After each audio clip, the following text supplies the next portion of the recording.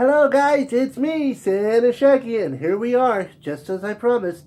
We are here in front of the fireplace and we're going to read a book. I've already told you about the book a little bit. It's called Welcome Comfort, and it's by Patricia Polacco. I'm sorry if I butchered your name, I am so sorry.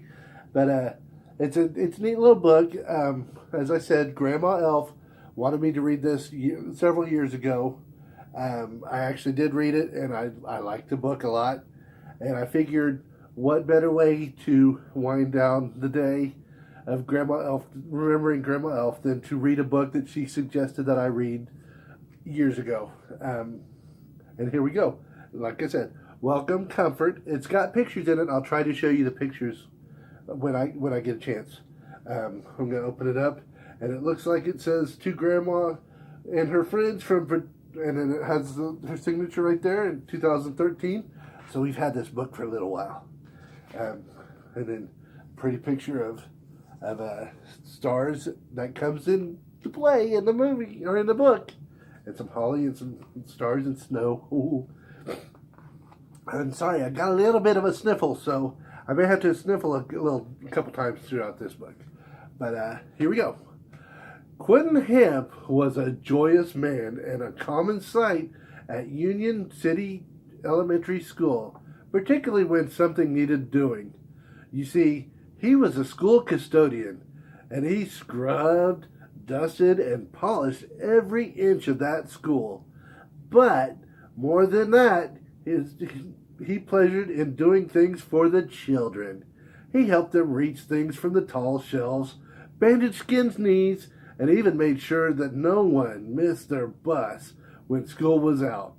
He loved the children, and he knew each and every one by name. Kind of reminds me of Grandma Elf. She loved working at the school that she worked at. One day, Mr. Hemp was mopping the floor in the hallway. He heard laughter of the children. Usually he loved to hear their laughter, but something wasn't right this time. "Come on, Comfort, come on, waddle across the playground," one of the boys jeered. And see, has all the kids picking on Comfort.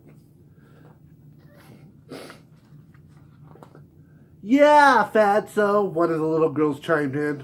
"What kind of a name is Comfort anyway?" They all laughed.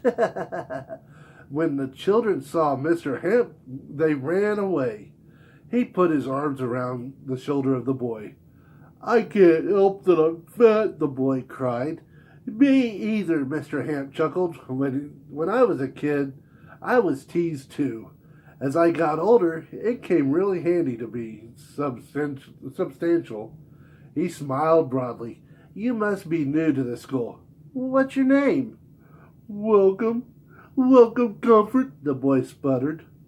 "Now, if that isn't the warmest, most inviting name I've ever heard," Mr. Hemp grinned from ear to ear. "Tell you what, if those kids keep being mean to you, march right in here. You can help me do my chores." For the first time, Welcome smiled. "I'd like that." And see him patting their bellies because they're both pretty big. Yeah. Ooh, I know how that is. Yeah. As the days passed, Welcome spent more and more time with Mr. Hemp. Sometimes Mr. Hemp took him to have lunch with him and his wife, Martha, the school librarian. They lived in a sweet little house right next to the school. Welcome learned how to tie fishing flies with Quentin and how to make birdhouses. Welcome especially loved watching Quentin carve and whittle small toys out of wood. Martha sewed a shirt for Welcome, just like Quentin's. Welcome, who moved from foster home to foster home, and who never knew his real parents, but part of a family at long last. See, it shows him fishing. Oh. One winter day, when the children were being mean, Welcome ran into the school and he found Mr. Hemp, and he was his round, happy self putting up Christmas decorations and lights. Don't pay them any mind. Don't pay any mind to them. Christmas is right around the corner, Welcome, Mr. Hamp smiled. What's so great about Christmas? Welcome said. Why, boy, Christmas is the most wondrous time of the year. It never has been wondrous for me. What about family? What about presents? What about Santa? I don't have a family, and Santa, he's not even real. He's real all right, Mr. Hamp said. Seeing is believing, Welcome looked sadly at the floor. No, child, believing is seeing, Mr. Hamp said with a warm smile. I've moved around so much, even if Santa was real, he wouldn't know where to find me.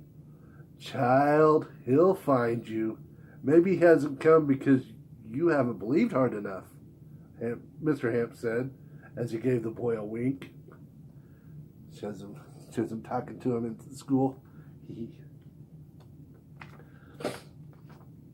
As Christmas approached, Welcome practiced believing.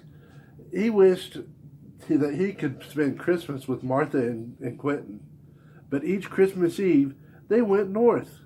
It was just something they did every Christmas, Quentin said.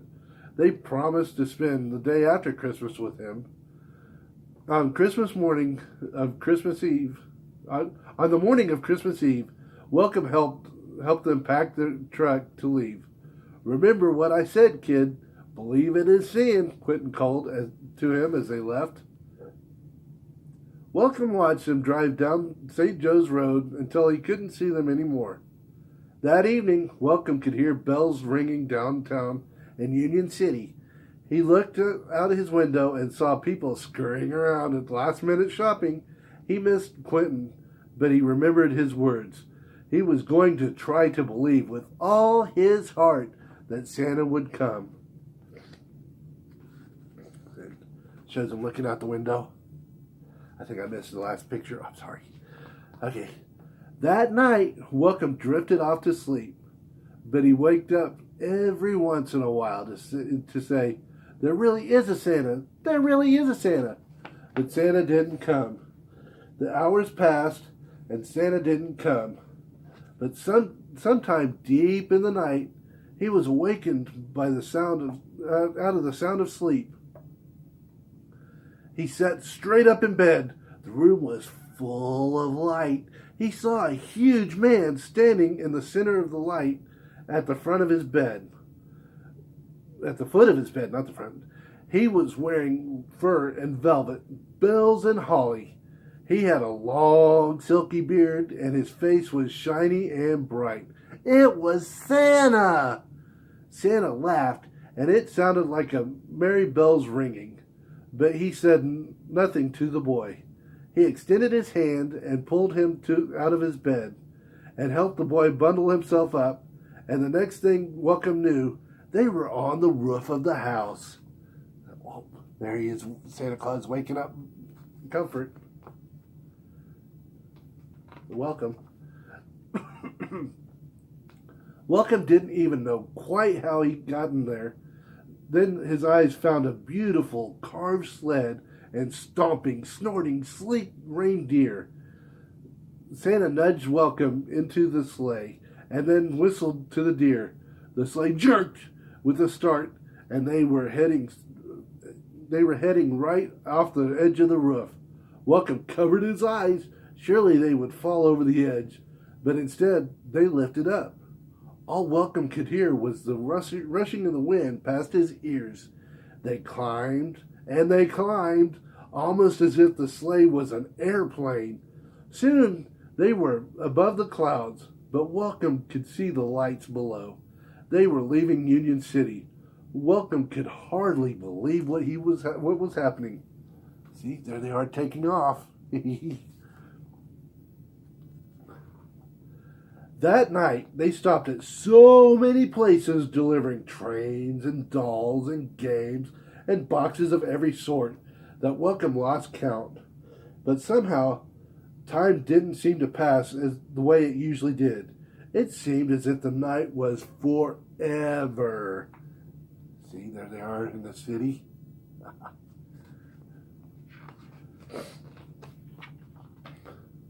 Soon their work was done, and they were making their long flight home. Welcome nestled into Santa's side and looked up at him. Finally, Santa spoke. I have something for you. I have something for you too, Welcome. Santa pointed to a beautiful gold pin shaped like a star that was pinned to his vest. Behind the star was the most beautiful, perfect sprig of holly that Welcome had ever seen. This is yours, Santa said softly.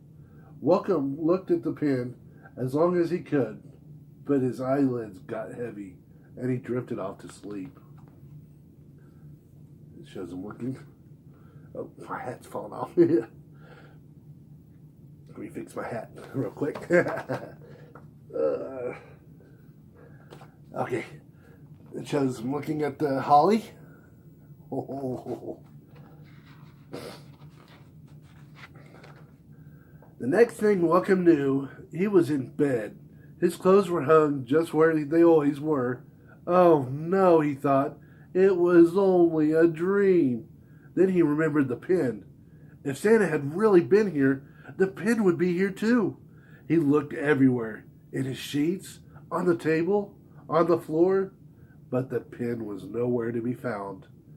Now, Welcome knew for sure that it had all been a dream. A wonderful dream, but a dream just the same. How do you know it was a dream? Quentin asked when he and Martha came home. That was when Welcome discovered presents by the door. One of them was a beautiful carved fish that Quentin had made out of wood. I know, Welcome said. I know. He didn't tell them about the pin. As the years passed, Welcome treasured the fish, and for many reasons. Certainly because it was the first Christmas gift from Quentin, and also because it would always remind him of the of the wonderful dream. And it shows him on Christmas morning, handed him the fish. Yeah. During the next years, Martha and Quentin were the next best thing to having parents. They were so proud when he graduated from high school, delighted when he got a job in the very same school where Quentin worked. They were especially happy when Welcome married a sweet girl from Coldwater Way named Ruby Jean. Quentin and Welcome were always together. They fished together and carved together and just sat and watched the sunset together. Now at the school, Welcome grew to love all the kids almost as much as Quentin did, and Christmas became his most favorite time of the year. He loved helping Quentin put up decorations around the school, and especially loved telling children his Christmas stories. Martha and Quentin still went up north alone for Christmas Eve. It's just something that we always do, Quentin still said. But Welcome and Rudy Jean spent every other moment of the season with them in front of their warm fireplace there in Union City. So there was always joy at Christmas time, but Welcome could never forget the pin. It shows their marriage. Then one year, just as Christmas vacation grew near, the principal announced that Mr. Hamp would be retiring, stepping down as superintendent of maintenance. And due to the recommendations of Mr. Ham himself, Mr. Comfort will be taking his place. The school exploded in cheers. Can't think of anyone who deserves the job more than you, kid. Then Quentin added, by the way, Martha and I want you and Ruby Jean to come up north with us on Christmas Eve. Not only had Welcome gotten a wonderful promotion, Quentin and Martha had invited him and Ruby to be with them on Christmas Eve. You sure? He asked. We're sure and high time, Quentin said with a wink. Oh, there he is getting his promotion. On Christmas Eve, after driving for the longest time, they finally arrived at the dearest little cabin just on the edge of a lush forest of pine trees. They all unpacked the truck and made supper together, then nestled in front of the crackling fire. It had started to snow, and the flakes were making patterns on the windows of the cabin. Welcome was thinking, I want nothing in the world, when Quentin handed him a beautifully wrapped small box. Open it! Open it! Martha called out. Welcome's heart almost stopped in his chest. There in that little box was a beautiful gold pin in the shape of a star clasped around a perfect sprig of holly. Where did you get this? Welcome asked breathlessly. Just put it on, boy, Quentin said as he grinned from ear to ear. It shows him getting the star. What do you think's going to happen? Oh, let's find out. Welcome pinned it to his shirt, and a tingle started at the tips of his toes and moved up his legs and through his heart and burst right out of the top of his head. Why, he felt as if the light was pouring right out of his skin, and he felt himself laughing. and laugh that sounded like brass bells ringing and chiming in a bell tower. Welcome turned to look at himself in the parlor mirror. He couldn't believe what he was seeing. There before his eyes was the same specter that he had seen in his room on that magical Christmas Eve so many years ago. It was Santa, but this time Santa was him. Shows him looking in the mirror. Oh, wow. Told you I was retiring, Quentin said, as tears glistened in his kind eyes. I thought you meant from school, Welcome could barely say. I did, but I meant this too. It's your time now, kid. Welcome walked outside to find reindeer gathering right next to the cabin steps. Martha was bridling the deer, and Ruby Jean was pushing bags of toys and packages onto the sled. Don't worry, kid. After a few times, you'll know the routine like the back of your hand, Quentin said, as Welcome stepped into the sled. They all stood and watched as the sleigh rose. Be merry, son. Be merry and Godspeed, Quentin called out. But the sleigh had disappeared into the night sky. All that was left was the sound of the snow falling and the distant laughter of children everywhere. There he is, taking off, and they're waving at him. Now Welcome Comfort was a joyous man, a common sight at Union City Elementary School, particularly when something needed doing. He loved all the children at the school and knew each and every one of them by name. One day, as Mr. Comfort was building a new bookcase in the library, he heard laughter of the children. Usually he loved to hear laughter, but something was different this time. Something wasn't right. Then he saw a small group of children gathering around a small little boy. Oh, kind of like how the book started, isn't it? And that's how it ends. You think he's going to take him under his wing? That's the end. Grandma Elf gave me this book to read several years ago, and I love the story. It's a really good story. But I hope you guys enjoyed it. And thank you for joining us today on Grandma Elf Day and remembering Grandma Elf. Hopefully you guys learned a little bit more about Grandma Elf. But yeah, I'm going to wrap this up now. And thanks again for joining us. Hopefully we'll do some more fireside readings. Let us know what you want us to read, and we might do it. Until next time, I shall see you. Shaggy out.